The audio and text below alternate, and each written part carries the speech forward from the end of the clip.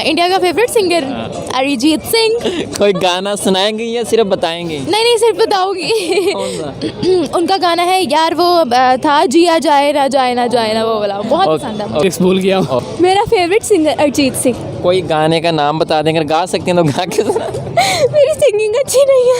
अच्छा चलिए गाने का नाम। गाने का नाम मैं बता देती हूँ। एक गाना है अरिजीत सिंह का, तुम ही हो। आई थिंक ये वाला गाना मुझे बहुत पसंद है। मेरे जो 3 फेवरेट सिंगर हैं, सोनू निगम, श्रेया घोषाल एंड अरिजीत सिंह। ओके, तो किसी एक का कोई छोटा सा क्लिप सुनाइएगा आप। ओके, हाँ, सोनू निगम। धूप में जलते हुए तन को छाया पेड़ की मिल गई, रूठे बच्चे की हंसी जैसे फुसलाने से फिर खिल गई, कुछ ऐसा ही महसूस दिल को हो रहा है बरसों के। ओके, वालेकुम अस्सलाम। आपका नाम? निम्रा। अस्सलाम वालेकुम। वालेकुम अस्सलाम। सर आपका नाम? मेरा नाम मियाद नान, और आप ऑलरेडी जानते हैं कि मेरा नाम क्या है। अस्सलाम वालेकुम। वालेकुम अस्सलाम। आपका नाम? रबिया। अच्छा निमिरा, मुझे बताइएगा कि इंडिया का नाम सुनते ही सबसे पहले आपके जहन में क्या आता है? तरक्की, इकोनॉमी। तरक्की, इकोनॉमी, कैसे?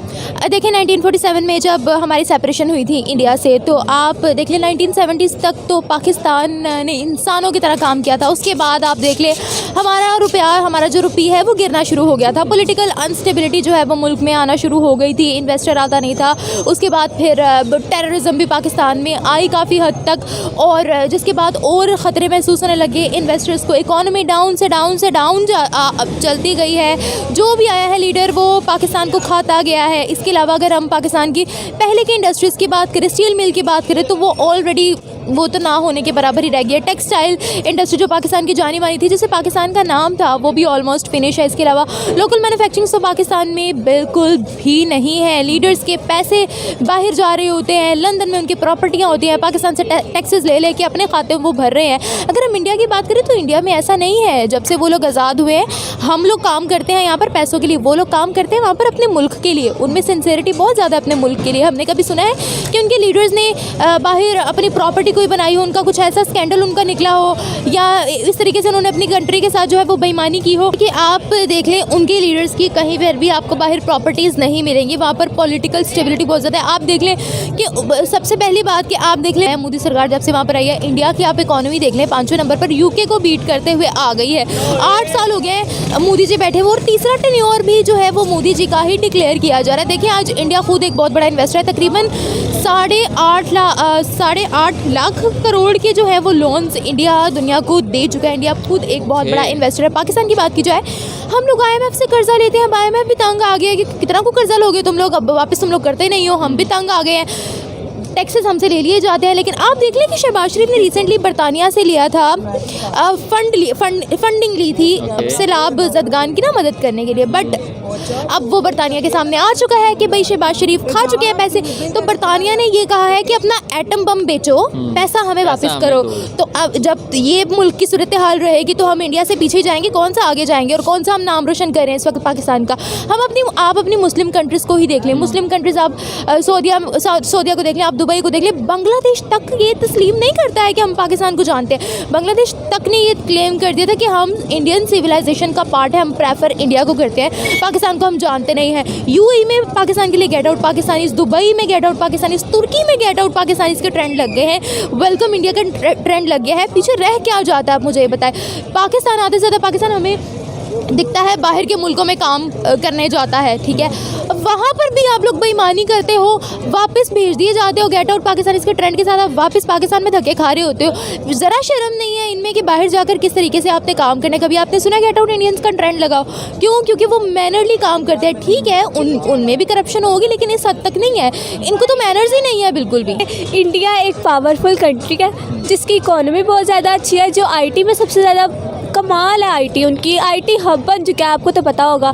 और उनकी फिल्म इंडस्ट्री, उनकी हर हम सेक्टर कोई भी बात करें, उनका कमाल सेक्टर है, वहाँ पर कमाल लोग हैं, मैं कहती हूँ मोस्ट टैलेंटेड। और उनकी एजुकेशन, मुझे उनकी एजुकेशन बहुत ज़्यादा पसंद है, क्योंकि आपको पता होगा यहाँ पर जो है प्रैक्टिकल वर्क इतना नहीं करवाते पाकिस्तान में, लेकिन वहाँ पर इतना प्रैक्टिकल वर्क करवाते हैं कि उनकी जो मतलब कि बच्चे हैं वो अलग ही लेवल पर सोचते हैं। अगर हम बात कर लें यहाँ पर आप देखेंगे बच्चों को फ़ोन मिला हुआ है, उन्होंने वो पकड़ के देखना होता है। लेकिन अगर हम इंडिया की बात करें तो इंडिया में ऐसा बिल्कुल नहीं है, वहाँ पर बच्चों की थिंकिंग बहुत अलग है, उनमें इतना टैलेंट है।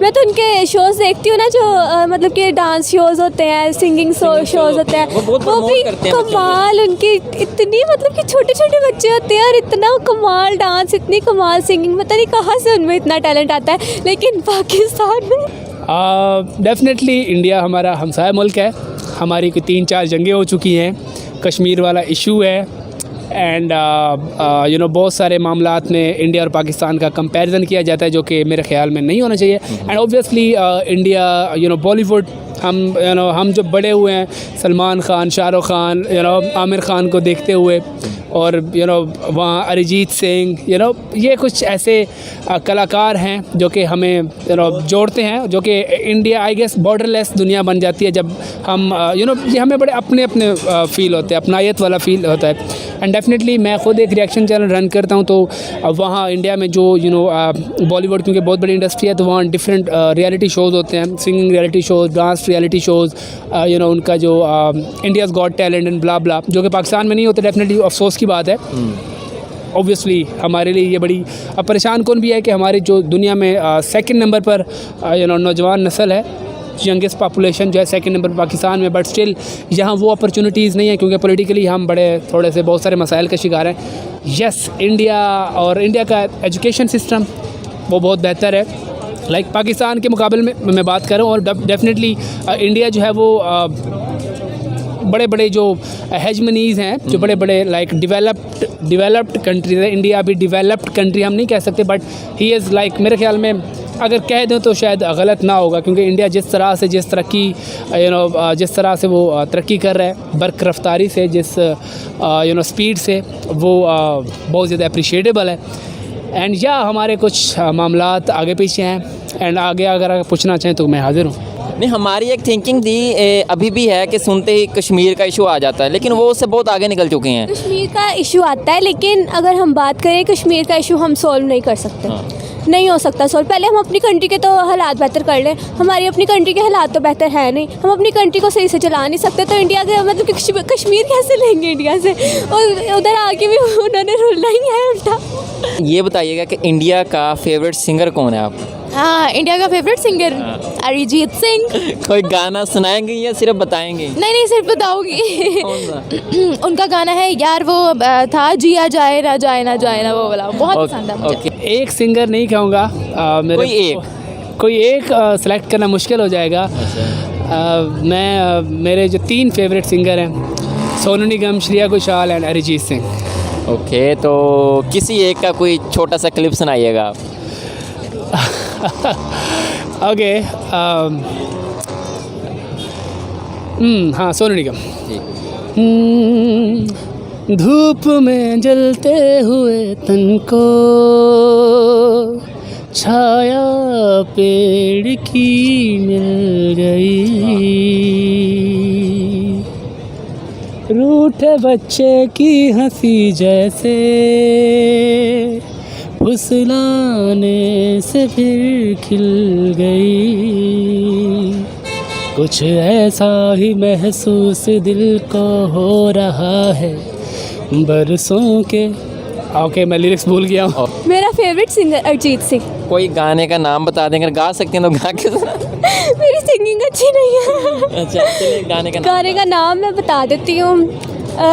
एक गाना है अरिजीत सिंह का, तुम ही हो, आई थिंक ये वाला गाना मुझे बहुत पसंद है। और favourite movie star? Varun Dhawan. Acting के लिहाज से, पर्सनैलिटी? नहीं, एक्टिंग के लिहाज से पर्सनैलिटी किसकी अच्छी है? पर्सनैलिटी अक्षय कुमार की बहुत ज़बरदस्त है। शाहरुख खान, सलमान खान, बट एक्टिंग के हवाले से अगर बात करें, पर्सनैलिटी वाइज अगर मैं बात करूँ तो डेफिनेटली ऋतिक रोशन मेरा फेवरेट है। एक्टिंग में ऑब्वियसली शाहरुख खान एंड आमिर खान की जो जो स्क्रिप्ट लेके आता है, जो स्टोरी लेके आता है मूवी के हवाले से, वो इस हवाले से बेटर लगता है। फेवरेट हीरो बहुत सारे हैं वैसे तो, लेकिन जो फेवरेट रिसेंटली मेरा फेवरेट जा रहा है वो कार्तिक आर्यन है। किस लिहाज से? एक्टिंग के लिहाज से, पर्सनैलिटी के लिहाज से? एक्टिंग के लिहाज से। और पर्सनैलिटी के लिहाज से कौन आपको? पर्सनैलिटी के लिहाज से रणबीर कपूर। तो इन फ्यूचर अगर आप अच्छा विज़िट करना चाहें इंडिया को? और मैं तो, आपने विज़िट का नाम लिया, मुझे तो लिटरली बहुत ज़्यादा शौक है भारत घूमने का, क्योंकि आपको पता है भारत बहुत ज़्यादा डेवलप हो गया है, बहुत ज़्यादा उन्होंने डेवलपमेंट कर ली है वहाँ पर। इवन आप मुंबई को देख लें, आप पुणे को देख लें, आप गुड़गांव को देख लें, बहुत ज़बरदस्त वहाँ पर जगह है। बहुत कोई स्पेसिफिक एक बताइएगा जहाँ आप जाना चाहेंगे। मुंबई। कोई ख़ास वजह? नहीं, बस वैसे ही देखने का शौक है। इसके अलावा मैं ताजमहल लाजमी जाना पसंद करूँगी, बिकॉज ताजमहल मुझे बहुत खूबसूरत लगता है। First of all I would like to go in Kerala state. Kerala से रिलेटेड बहुत ज़्यादा वीडियोस पर मैंने रिएक्ट भी किया हुआ है, और केरला के लोगों से मेरी इंटरेक्शन बहुत ज़्यादा। Definitely I would love to go like Kerala in India. मैं मुंबई और दिल्ली ज़रूर, कोई इनकी ख़ास बात? क्योंकि मुंबई में ज़्यादा आपको पता है वहाँ की इनकी मतलब फिल्म इंडस्ट्री ज़्यादातर वहाँ पर है, और दिल्ली मैंने सुना है कि बहुत प्यारा है। और बताइएगा कि पाकिस्तान और इंडिया के ट्रेड को चलाना चाहिए, बहाल होनी चाहिए, और अगर होनी चाहिए और किस तरह से ये हो सकती है? ऑब्वियसली ये मैं आपको बता दूं, पॉलिटिकल लेवल पर ही ये आपस में जो है ना भेदभाव है। अगर उनकी पब्लिक और हमारी पब्लिक की बात की जाए तो आपस में बिल्कुल ही ओके है, बिल्कुल ओके आपस में ना। आप देख लें ट्रेड क्यों बहाल, ये सारी ना, मुझे ये चीज़ ट्रेड बंद करने वाली समझ नहीं आई। आप देखें नेबरिंग कंट्री है, ट्रेड होनी चाहिए। हम उनसे प्याज लेते हैं, अभी तक आपको पता है टमाटर लेते हैं, पिछले दिनों टमाटर आए हैं वहाँ से, ठीक है। वो तो पाकिस्तान टैक्स लगाता है ना उन पे। चावलों में जो बीज इस्तेमाल होते हैं ना हमारी एग्रीकल्चर में, वो भी इंडिया से हम लोग इम्पोर्ट करते हैं। और कॉस्मेटिक्स, हाँ, कॉस्मेटिक्स वो मेड इन इंडिया वो होता है। वो कहते हैं इंडिया की, वो आजकल मिल नहीं इंडिया की क्यों नहीं मिल रही? आज बड़ी वो शॉर्ट हो गई, लगाई हुई है। अच्छा, ऑब्वियसली जो तिजारत है वो उससे दोनों इंडिया और पाकिस्तान दोनों को फ़ायदा है, ठीक है। एंड फिर वही बात हो जाती है, जब तक हमारा कश्मीर वाला इशू रिज़ॉल्व नहीं होगा, वो एक क्या कहते हैं खंजर की तरह दोनों ममालिक के दरमियान में वो हमारे सीने में गड़ा हुआ है। जब तक उस खंजर को नहीं निकाला जाएगा, मरहम पट्टी नहीं लगाई जाएगी, उस इशू को रिज़ॉल्व नहीं किया जाएगा, दैन डेफिनेटली हम ना तो तिजारत कर पाएंगे ना कुछ। अभी रिसेंटली 2019 में वहाँ काफ़ी सारी चेंजेस की गई लॉ में कश्मीर के हवाले से। उसके बाद उस वक्त इमरान खान गवर्नमेंट में थे यहाँ पर, उनने वो मतलब तिजारत वगैरह बंद कर दी थी, एंड अभी तक भी आई गेस बंद ही है। तो वो ये है, कश्मीर का इशू हल होगा तो उसके बाद ये सारी चीज़ें होंगी। मेरा ये मानना है कि पहली चीज़ कश्मीर है, एंड डेफिनेटली अब इंडियन जो है वो कश्मीर के हवाले से बहुत ज़्यादा एग्रेसिव हो जाते हैं। पाकिस्तानी में भी उतना ना होते हो, इंडियन हो जाते हैं कि भाई मतलब हमारा कश्मीर है। आई नो कि उस वक्त 1947 में क्या सूरत हाल हुई, हिस्ट्री को डिस्टॉर्ट किया गया। लाइक पाकिस्तान में तो हमें हिस्ट्री जो पढ़ाई की वो अब हमें जानने का मौका मिला है, बहुत ज़्यादा डिस्टॉर्टेड थी। एंड ऑब्वियसली इंडिया में भी जो हिस्ट्री पढ़ाई की होगी कहीं ना कहीं उसको फेवर किया गया होगा इंडिया के हक़ में। तो जो ग्राउंड रियलिटी होगी 1947 की, तो वो उस वक्त हम में से कोई नहीं था। एंड डेफिनेटली बैठ के सुलह सफाई से जो भी सूरत हाल है कश्मीर के इशू को हल करना चाहिए। एंड डेफिनेटली उसकी मेन वजह ये है कि अभी रिसेंटली मोदी साहब ने, obviously I have to respect that man, हालांकि कुछ लोगों को यहाँ पाकिस्तान में तहफ़्फ़ुज़ात है कि उन्होंने बहुत ज़्यादा मुसलमानों पर वहाँ जुल्म तशद्दुद जो भी किया है, but despite that I have to respect that man, क्योंकि हर बंदा, क्योंकि वो बड़े हैं मुझसे, तो उनकी रिस्पेक्ट करना लाजिम है मुझ पर। तो उन्होंने भी ये कहा कि हमें ये अब किससे मुज़ाकरात करें पाकिस्तान में। यहाँ फिर प्रॉब्लम आ जाता है पाकिस्तान के हवाले से कि पाकिस्तान में ये इशू है कि पाकिस्तान में पॉलिटिकली इंस्टेबिलिटी हमेशा से रही है, स्टेबल नहीं रहा पाकिस्तान। यहाँ पर बैलेंस ऑफ पावर का मसला चलता रहता है। हमारी जो आर्मी है वो बहुत ज़्यादा कहीं ना कहीं उसने डोमिनेटिंग पोजीशन में रहती है। वो डेमोक्रेटिक यहाँ उस तरह की लॉन्ग टर्म की हुकूमत नहीं कायम हो सकी। तो इस वजह से आई गेस इश्यूज़ ज़्यादातर पाकिस्तान की जानिब से हैं। अगर यहाँ एक स्टेबल हुकूमत होती, हमारी स्टेबल इकॉनमी होती, एक संजीदगी ज़ाहिर होती, डेफिनेटली इंडिया भी हाथ बढ़। जी, मैं तो बिल्कुल चाहूँगी कि होनी चाहिए। अभी भी वैसे मतलब कि एक्सपोर्ट होती हैं इंडिया से चीज़ें, जैसे कॉस्मेटिक की चीज़ें होंगी वो तो बहुत ज़्यादा एक्सपोर्ट होती हैं, लेकिन कहने को हमारे मतलब कि हम उनसे कोई रिलेशन हमारा अच्छा नहीं है क्योंकि कश्मीर की वजह से। कहने को हम उनसे कुछ भी नहीं लेंगे, लेकिन लेते हम ज़रूर हैं, एड भी लेते हैं, सारा कुछ लेते हैं। पैगाम पाकिस्तान के लिए, इंडिया के लिए? मैं तो पाकिस्तान के लिए ये पैगाम है कि भाई कुछ तो करो, भाई कुछ तो करो, हम भी आगे निकले, अपनी थिंकिंग चेंज करो, कोई तो प्रोग्रेस करो, हमें भी आगे निकलना चाहिए। और इंडिया के लिए ये पैगाम है कि बहुत अच्छे जा रहे हैं आप लोग, बहुत अच्छा कर रहे हैं, आपकी IT इंडस्ट्री, आपकी हर इंडस्ट्री बहुत कमाल है। मैं तो एक दफ़ा विज़िट भी करना चाहूँगी। फेवरेट पॉलिटिशियन आपका? इंडिया की पॉलिटिक्स में मैं ज़्यादा इन नहीं हूँ, क्योंकि मुझे मशवरा दिया गया था इंडिया से ही। मुझे डिफरेंट वीडियोस के नीचे कमेंट किए गए थे कि काफ़ी सारे वहाँ के बुज़ुर्ग जो हैं, लाइक ओल्ड, एक आदमी थे केरला स्टेट से थे, उनकी एज कोई आई गेस 60-70 थी। उन्होंने मुझे मशवरा दिया था कि stay away from politics, sex and third कौन सी चीज़ थी, आई डोंट नो, मैं उसे भूल गया हूँ, बट 3 चीज़ों को उन्होंने मशवरा दिया था कि भाई पॉलिटिक्स से, सेक्स से और एक और कोई चीज़ थी, उनसे अवॉइड करना चाहिए। इसी वजह से पाकिस्तानी पॉलिटिक्स का तो ऑब्वियसली हम पर क्योंकि असर पड़ रहा होता है, वो हमें अफेक्ट कर रही होती है, इस वजह से हम ज़्यादा जानते हैं। बट इंडिया की पॉलिटिक्स के हवाले से राहुल गांधी को मैंने सुना हुआ है, मोदी का सुना हुआ है, ये 2 प्रोमिनेंट फिगर हैं वहाँ की पॉलिटिकल एलीट की अगर बात करें। बाकी अमित शाह आई गेस उसका भी थोड़ा सुना हुआ है, वो भी उनके एक वज़ीर थे। तो या I don't know much about Indian politics. Pakistani अवाम के लिए कोई पैगाम या गवर्नमेंट के लिए कोई पैगाम? पाकिस्तानी अवाम और गवर्नमेंट के लिए तो पैगाम मेरा यही है, मैसेज मैं ये देना चाहूँगी कि प्लीज़ सिंसियरिटी से काम कर लो। 75 साल हो गए हैं, Pakistan deserves to be the one of the bestest economies of the world. अगर हम सिंसियरिटी से काम करें तो मेरा तो ये पैगाम है कि प्लीज़ पाकिस्तान के लिए कुछ कर लो। बहुत बहुत शुक्रिया। अच्छा, मुझे बताइएगा कि इंडिया को देखते हुए, इंडिया का जो आपने पहले सोचा है, अपने कश्मीर का जिक्र नहीं किया, ये कैसे भूल गए आप? आई डिड से, मैंने सबसे पहले कश्मीर का ही जिक्र किया कि कश्मीर की वजह से हमारी 3-4 जंगें हो चुकी हैं। ये एक दुखती रग है। हम दोनों हम क्लेम करते हैं कि कश्मीर जो है पाकिस्तान का है, इंडिया क्लेम करता है कश्मीर इंडिया का है। कुछ हिस्सा पाकिस्तान के पास है और कुछ हिस्सा ऑब्वियसली इंडिया के पास है। एंड वो जो हिस्सा हमारे पास है वो कहते हैं POK, पाकिस्तान ऑक्युपाइड कश्मीर, और जो हिस्सा इंडिया के पास है वो हम पाकिस्तानी उसे कहते हैं इंडियन ऑक्युपाइड कश्मीर। खैर मेरे ख्याल में अब हम बहुत आगे आ चुके हैं, 2023 स्टार्ट होने वाला है ऑलमोस्ट।